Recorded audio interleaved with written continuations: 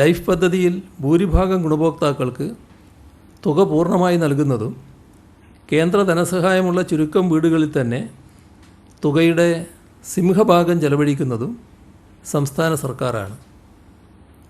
എന്നാൽ ലൈഫ് പദ്ധതിക്ക് കീഴിൽ വീടുകൾ നിർമ്മിക്കുന്നതിന് കേരളത്തിന് കേന്ദ്ര PMAY പദ്ധതിക്ക് കീഴിൽ ലഭിക്കുന്ന നാമമാത്ര തുക ചൂണ്ടിക്കാട്ടി കേന്ദ്ര സർക്കാർ ബ്രാൻഡിംഗ് നിർബന്ധമാക്കാൻ സമ്മർദ്ദം ചെലുത്തുകയാണ്.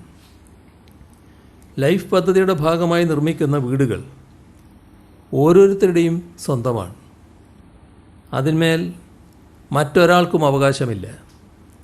വീട് നിർമ്മിച്ച ശേഷം അത് ഇന്ന തരത്തിൽ നിർമ്മിക്കപ്പെട്ടതാണ് എന്നും ഇന്നവരുടെ സഹായത്താൽ നിർമ്മിച്ചതാണ് എന്നും എഴുതി വെക്കുന്നത് വീട്ടുടമസ്ഥൻ്റെ, ആ കുടുംബത്തിൻ്റെ ആത്മാഭിമാനത്തെ ആക്രമിക്കുന്നതാണ്.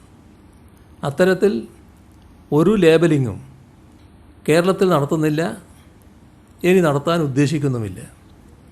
ആര് നിർബന്ധിച്ചാലും അതിന് സംസ്ഥാന സർക്കാർ തയ്യാറാവുകയുമില്ല.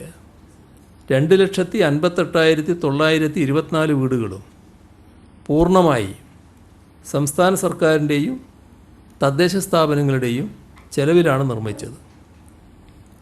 ഇപ്പോൾ ലൈഫ് പദ്ധതി കീഴിൽ നിർമ്മിക്കുന്ന ഈ വീടുകളിൽ കേന്ദ്ര പദ്ധതിയുടെ പേര് പ്രദർശിപ്പിക്കണം.